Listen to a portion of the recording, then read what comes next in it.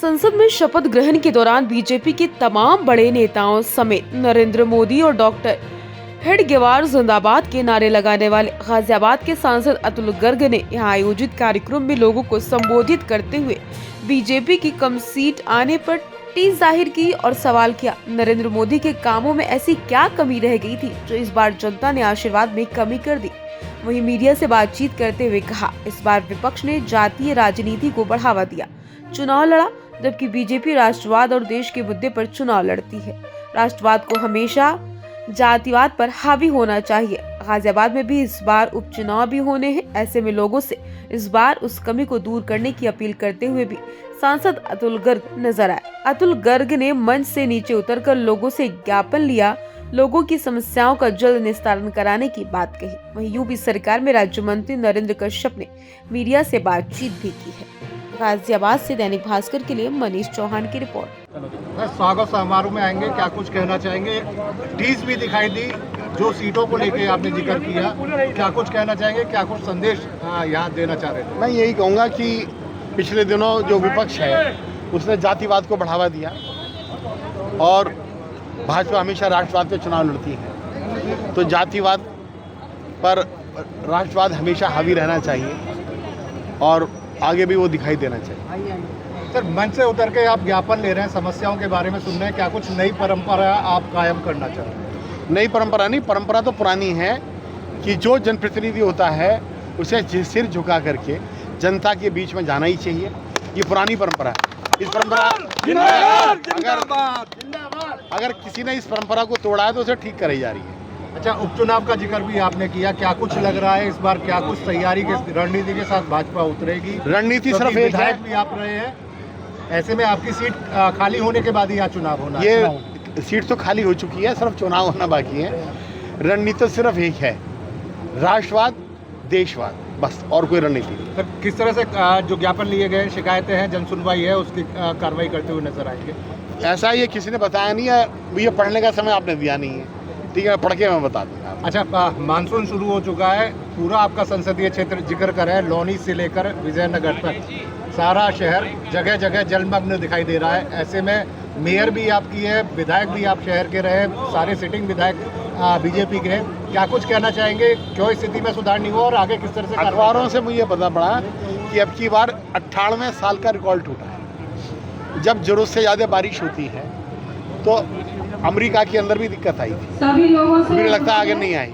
सांसद जी, विधायक का चेहरा कौन हो सकता है इस बार? कुछ आपके अनुमान में? जो भी होगा आप जैसा सुंदर होगा। विकास का कोई अंत नहीं है, विकास एक सतत प्रक्रिया है और प्रदेश में 7 सालों में हमारे प्रदेश के माननीय मुख्यमंत्री आदरणीय योगी जी ने विकास को प्राथमिकता दी है, कानून व्यवस्था को प्राथमिकता दी है, अपराध को नियंत्रित किया है, किसान मजदूर सबके लिए काम किया। फिर भी हम समझते हैं गाजियाबाद हो, सिद्धार्थ बिहार हो, खोड़ा हो, लौनी हो, कोई भी हो, अभी भी जो हमें लगता है कि हमें और बहुत अच्छे से लोगों के बीच में काम करना है, सड़कों के लिए भी काम करना है, बिजली के लिए भी काम करना है।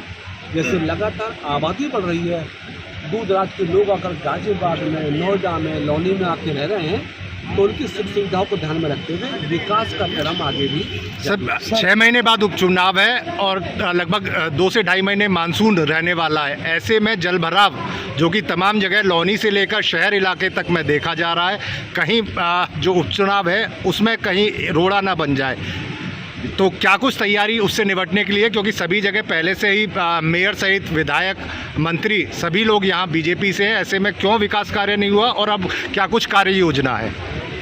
गाजियाबाद में अगर विकास की बात करें तो भारत में बनने वाली सबसे पहली रैपिड रेल गाजियाबाद से चली है। मेट्रो ट्रेन की सुविधा गाजियाबाद में, जल भराव को लेकर रोड हो, एक्सप्रेस वे हो, NH-24 हो, शहर की सड़कें हो, कितना काम हमारी डबल इंजन की सरकार में गाजियाबाद की जनता ने देखा है, उसका कोई सानी नहीं, उसका कोई मुकाबला नहीं है।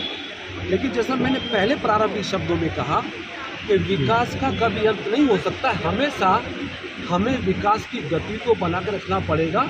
तो हमारी सरकार, हमारे सभी MLA, MP, हम सब लोग विकास को लेकर हमेशा से अग्रणी हैं। सर जल भराव को लेकर सवाल था। जल भराव के लिए भी नगर निगम के माध्यम से भी, सरकार के माध्यम से भी, चाहे शिविर हैं, नालियां हैं, नाले हैं, पानी की निकासी के प्रबंधन है, वो सब कुछ हमारी सरकार ने बेहतर करने की कोशिश की है।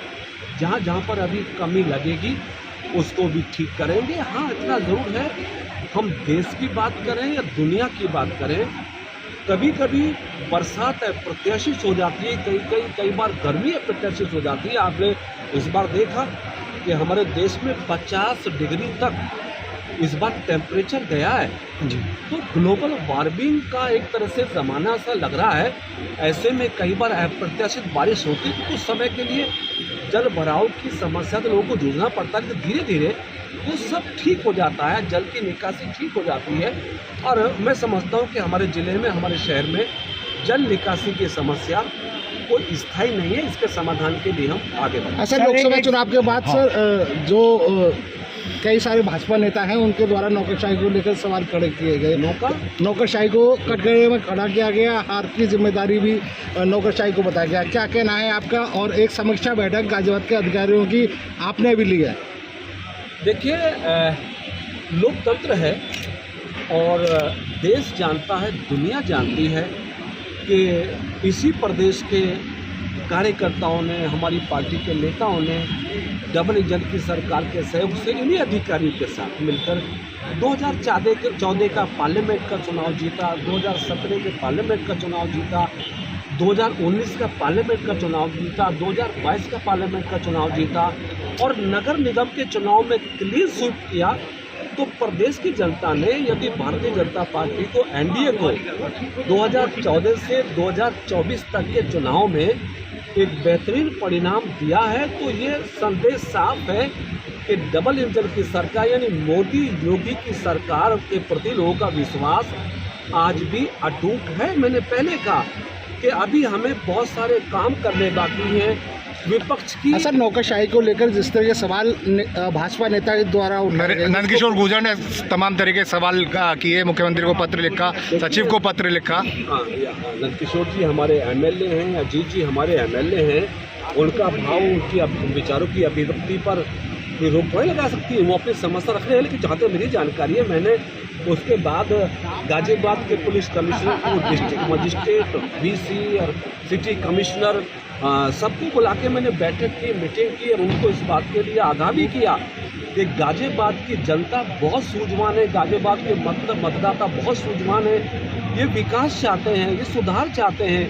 आपको और ज़्यादा गंभीरता के साथ सरकार की योजनाओं का अनुपालन करते हुए गाजियाबाद की जनता के मनोभाव के अनुसार विकास कार्यों को, कानून व्यवस्था को बेहतर करना पड़ेगा। तो हम लोगों ने अधिकारियों से बात करके, जो आप कह रहे हैं कि वो कुछ प्रशासनिक दिक्कतें आती तो सबको दूर करने का प्रयास किया है। मैं ये जानता हूँ कि किसी प्रकार की भी कोई ऐसी चीज़ पूरे प्रदेश में मुझे नहीं लगती कि कोई नौकरशाही सत्ता। सर समीक्षा बैठक में GDA VC को भी बुलडोजर देख के चलाने के लिए कहा गया है कि बिल्कुल ध्यान से बुलडोजर चलाएं। मैंने गाजियाबाद के पुलिस कमिश्नर को इस बात के लिए आगाह किया कि कानून का भय अपराधियों में हो, जनता में ना हो। इसके लिए ज़रूरी है कि आम जनता को किसी प्रकार से भी कठिनाई का सामना ना करना पड़े।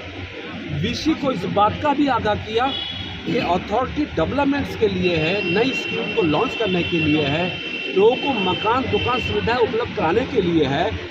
हम या हमारी अथॉरिटी कोई बिल्डिंगों को बिस्मार करने का कोई बड़ा एक तरह से ऐलान करके कोई दहशत का माहौल पैदा ना करें।